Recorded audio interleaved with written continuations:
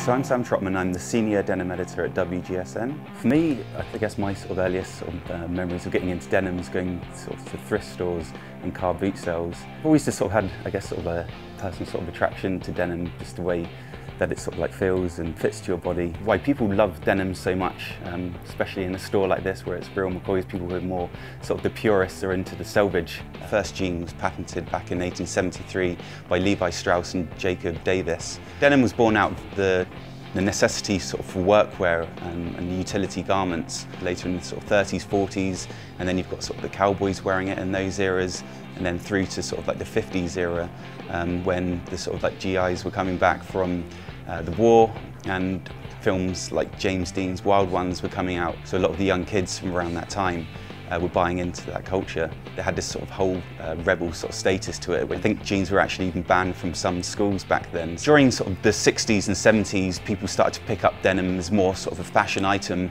but it still kept its rebellious status, I guess, for people wearing them during sort of the protest during the 70s period. Levi's, sort of the 501's their classic fit, but during the 60s, late 60s, 70s, they started introducing a variety of fits that were a bit more slimmer, a bit of a change, sort of like higher waist, and then obviously you have all the flares and a bit more sort of experimental shapes that came out during that era. The different sort of like fashion styles, denims changed with that. Throughout sort of like the 70s and 80s, people were starting to personalise their denim a lot more. You can treat it how you want, so you've got the sort of like the punks who are sort of like ripping up their denim or shredding it up, through to like the skinhead eras where they're starting to wear the bleached denim as well.